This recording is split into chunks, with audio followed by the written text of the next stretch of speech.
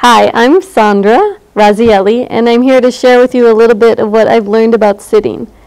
So I've spent a fair amount of time with teenagers, and I've learned that some of them consider this position fairly comfortable. However, if one is to sit here for a while, eventually one's back turns into this shape. So I would recommend not making that a habit and learning new habits for sitting. Also, if you notice, if you ever try slouching and paying attention, can you actually smile while you slouch? Go ahead and try it.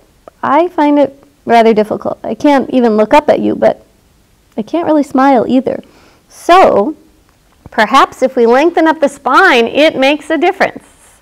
So there's some other things along with lengthening the spine that can help you with sitting.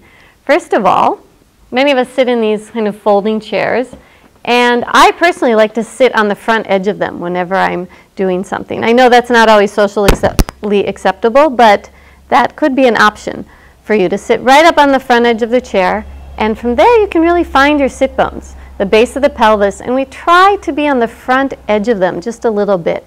When we do that, that gives us a little bit more of our lumbar curve, a sense of concavity in the lower back. A little bit there is important for the balance of the spine. Many of us have the tendency to round into that back, which, as you see, affects everything above. So when we sit on the front edge of our sit bones, either at the front edge of the chair, or you can even be in the middle of the chair, all of a sudden that gives you a lot more opportunity to lengthen your spine up. And then there's a few other things you can do.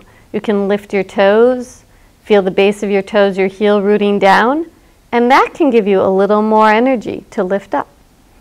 Then with that lifting up, we can also recognize that our neck really begins somewhere in the middle of our back. So if we consider that the space between the shoulder blades and our mid-back is where our neck begins, we can lengthen up from there. And then gently bring your fingers to your collarbones.